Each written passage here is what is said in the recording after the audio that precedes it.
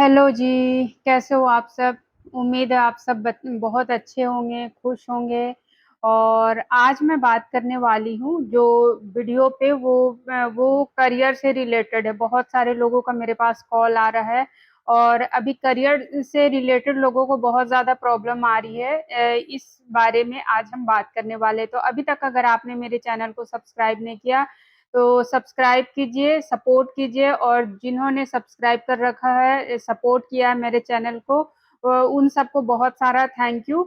और अगर आप चाहते हो मेरी वीडियो अगर आपको अच्छा लगे, आप चाहते हो कि ये इन्फॉर्मेशन भरा वीडियो आप को मिले और आपके साथ-साथ आपके जो लविंग पर्सन हैं, जो आपके फैमिली मेंबर है, दोस्त है, जो लवी-डवी पर्सन है आपके, उनको भी आप ये वीडियो शेयर कीजिए कि उन्हें भी कुछ गाइडेंस मिल पाए, उन्हें भी कुछ हेल्प हो सके, अगर उनके भी करियर से रिलेटेड प्रॉब्लम आ रहे तो। अभी ना बहुत ज़्यादा मतलब करियर से रिलेटेड और रिलेशनशिप से रिलेटेड बहुत ज़्यादा प्रॉब्लम्स आ रहे हैं, क्योंकि प्रॉपर्टी से रिलेटेड भी बहुत क्वेश्चन आ रहे हैं। मार्स अभी अपनी नीच के हाउस में जाके बैठा है, वीनस की राशि में जाके बैठा है लिब्रा में। इस वजह से रिलेशनशिप में फाइट्स और भी कई रीजन है।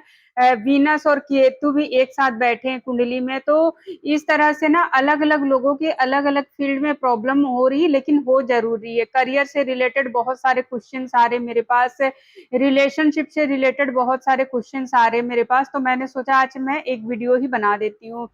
तो आज जो हम बात करेंगे ना करियर से रिलेटेड कि कौन से वो चीजें होती है जो आपको प्रॉपर देखनी चाहिए। ऐसे तो ट्रांजिट में प्लैनेट जब मूव करते हैं तो चीजें चेंज होती ही है, लेकिन परमानेंटली जब किसी इंसान को करियर में करियर ग्रोथ में प्रॉब्लम आती है तो वो क्यों आती है, किस तरह से आती है, क्या वो रीजन होते हैं, वो हम आज बात करने वाले हैं। तो स्टार्ट करते हैं सबसे पहले।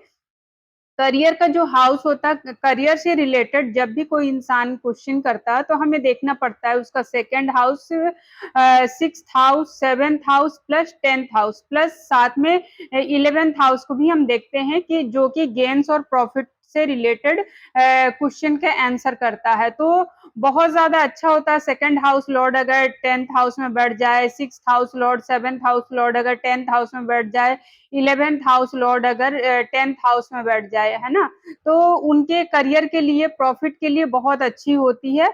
लेकिन उससे पहले एक और चीज जो होती है, अगर आपकी कुंडली में अगर मार्स और मरकुरी दोनों एक साथ हैं, अगर आपकी टेंथ हाउस में, तो इन लोगों का जो है ना भाई के लाइफ में भी प्रॉब्लम आती है, बहन के लाइफ में भी प्रॉब्लम आती है। भाई भी करियर में परेशान रहता है, बहन भी करियर में, प्लस मैरिड लाइफ में, प्लस अपनी पर्सनल लाइफ में भी बहुत ज्यादा स्ट्रगल हर्डल्स को फेस करते हैं, है ना। तो यहाँ पे रेमेडीज करनी पड़ती है लाल किताब के अकॉर्डिंग, और भी बहुत इफेक्टिव रेमेडीज होती है जो कि हम करवाते हैं।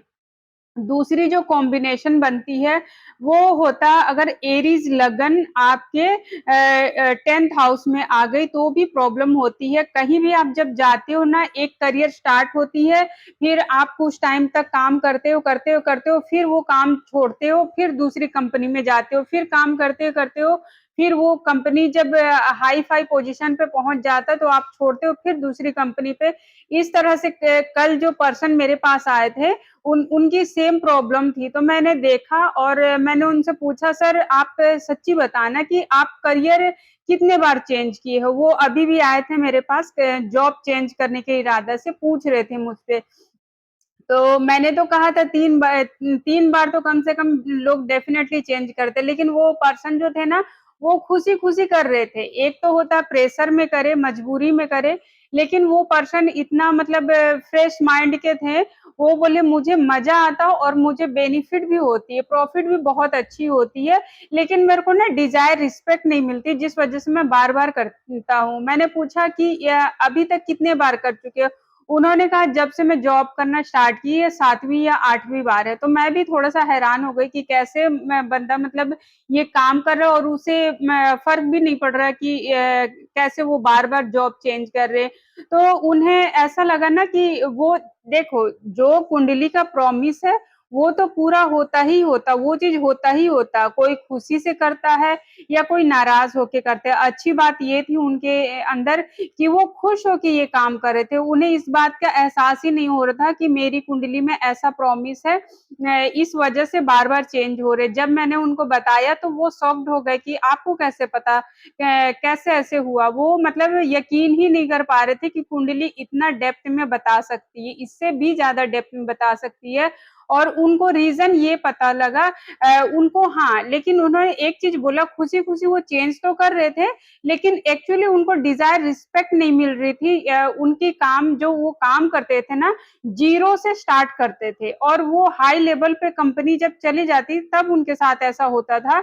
तो उनको तकलीफ इस बात का हुआ कि डिज़ायर रिस्पेक्ट नहीं मिलती इस वजह से। तो कहीं न कहीं कुंडली आपका जो कुंडली की प्रॉमिस है उसे फुलफिल करता ही है। तो इससे रिलेटेड भी हम लाल किताब के अकॉर्डिंग रेमेडी कराते हैं, लेकिन कुंडली को टोटली एनालाइज़ करने के बाद ही रेमेडी करते हैं। तो इस तरह से होती है। सेकंड थर्ड जो प्रॉब्लम आती है, सॉरी ये फोर्थ है। फोर्थ जो प्रॉब्लम आती है, अगर आपकी कुंडली में सैटर्न बैठा है 10th हाउस में, तो भी आपको प्रॉब्लम आती है। 10वीं राशि में काल पुरुष की कुंडली में 10वीं राशि का मालिक शनि होते हैं। तो अगर शनि महाराज 10वीं राशि में बैठे तब भी आपको करियर में प्रॉब्लम आती है, प्लस मैरिड रिलेशनशिप में हमेशा एक पेन की तरह आपकी लाइफ चलती है, ऐसा देखा गया है। और अगर सैटर्न आपका 10th हाउस में होने के साथ-साथ अगर फर्स्ट हाउस में भी होती है, तो करियर में आपको मल्टीपल स्ट्रगल, चैलेंजेस, बार-बार जॉब चेंज करना, जितना आपको मिलना चाहिए प्रॉफिट उतना नहीं मिलना, आपकी मेहनत के अकॉर्डिंग आपको पैसे ना मिलना, ये प्रॉब्लम देखने को मिलती है। तो यहाँ भी लाल किताब की अकॉर्डिंग ही हम रेमेडीज़ भी करवाते हैं। अब हम बात करते हैं, अगर आपकी कुंडली में अगर केतु बैठा 10th हाउस में, तो ये इंसान जो है ना, इनको काम करने में मन ही नहीं लगता, जिस वजह से ये बार-बार जॉब चेंज करते हैं। ये जो पर्सन होते हैं ना, बार-बार जॉब चेंज करते हैं, कभी कुछ, कभी कुछ, कभी कुछ रीज़न बन के इनको मन ही नहीं लगता है, या तो बॉस इनके साथ अच्छा बिहेव नहीं करेंगे, या तो कलीग्स इनके साथ बहुत ज़्यादा मिसबिहेव करेंगे, इनको नीचा दिखाते रहेंगे, या तो इनका मज़ाक बहुत ज़्यादा उड़ाएँगे, जिस वजह से ये परेशान होके जॉब चेंज करते हैं।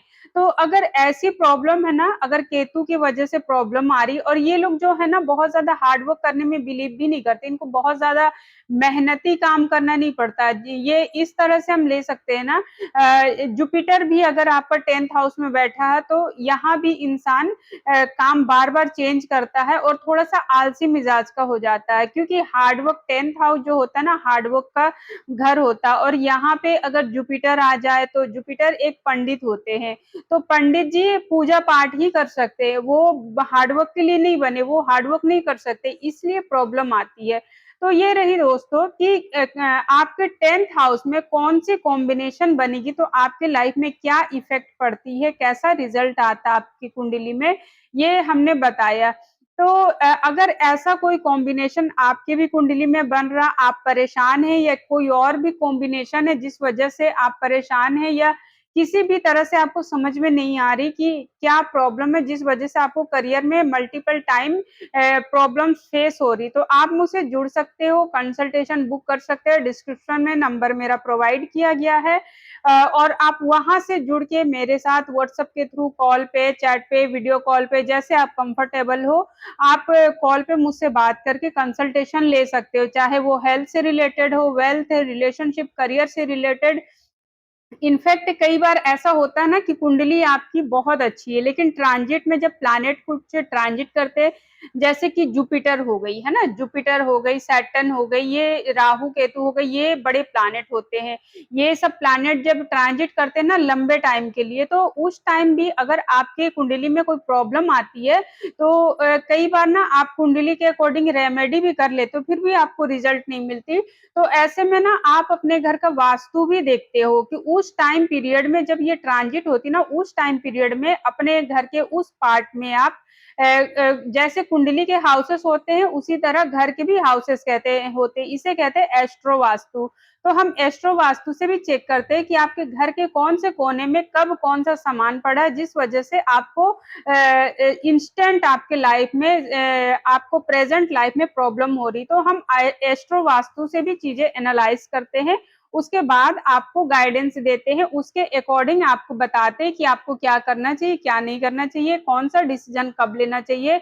और अगर कोई प्रॉब्लम क्रिएट हो रही है तो बहुत छोटी-छोटी रेमेडी करके आप इन प्रॉब्लम से निकल सकते हो। उम्मीद है आपको मेरी ये वीडियो अच्छी लगी होगी। प्लीज़ ज़्यादा से ज़्यादा मेरे चैनल को शेयर कीजिए, सपोर्ट कीजिए। आपकी सपोर्ट मेरे को बहुत मोटिवेशन देती है कि मैं नेक्स्ट वीडियो आपके लिए लेके आऊँ। अभी के लिए इतना ही। और आपको अगर टैरो कार्ड रीडिंग भी लेनी है, कौन-सा डिसीज़न आपको कब लेनी है, किस तरह से लेनी है, क्या करना चाहिए, क्या नहीं करना चाहिए, अगर आपका पार्टनर के साथ कोई रिलेशनशिप में इश्यू चल रहा है, आपके बच्चे के साथ या कोई ऐसा आपका भाई हो, बहन हो, उसके साथ आपको रिलेशनशिप में अपने पेरेंट्स के साथ कोई डिस्प्यूट हो गई किसी भी रीज़न से, तो वो क्या थॉट रखते हैं, आपसे चाहते क्या हैं, क्या करो आप उनको, क्या आपसे उम्मीद है, क्या क्या आपसे उम्मीद रखें, आपके बारे क्या सोचते हैं, क्या करने से वो शांत होंगे, खुश होंगे, आपके रिलेशनशिप अच्छे होंगे, इन तमाम क्वेश्चन के आंसर मैं टैरो कार्ड के थ्रू भी करती हूँ। इसे कहते हैं एनर्जी रीडिंग करना। तो किस इंसान के मन में आपके लिए क्या थॉट चल रहे, ये सारी चीज़ें कई बार होते हैं ना, इंसान के दिमाग में क्या चल रहा है, बस इतना जान ले तो इंसान उसके अकॉर्डिंग काम करे, उसके अकॉर्डिंग डिसीजंस ले। कई बार आप बड़े-बड़े बिज़नेस डील्स करते हो, है ना? लेकिन आपको डाउट होता है ये पर्सन मुझे चीट करने के बारे सोच रहे हैं या लाइफ में प्रोग्रेस के बारे सोच रहे, मेरे साथ फ्यूचर में चीट करेंगे या मेरे सपोर्ट में खड़े होंगे। आपके सामने जो बात कह रहे हैं वो क्या सच में सच बोल रहे हैं या मुझे चीट करने के बारे में बोल रहे हैं, बस मेरा मन रखने के लिए बोल रही है। ये सारी तमाम बातें जो है ना एनर्जी रीडिंग में आ जाती है। तो टैरो कार्ड रीडिंग में यही सारी एनर्जीज हम रीडिंग करते हैं। तो अगर आपके भी मन में ऐसा कोई क्वेश्चन है, कोई इंट्यूशन आ रही है, कोई क्लू है जो आप जानना चाहते हो, तो मुझसे जुड़ के आप कंसल्टेशन ले सकते हो। डेफ़िनेटली मैं आपको गाइड करूँगी। अभी के लिए इतना ही। थैंक यू सो मच मेरे वीडियोज़ को देखने के लिए और सपोर्ट करने के लिए।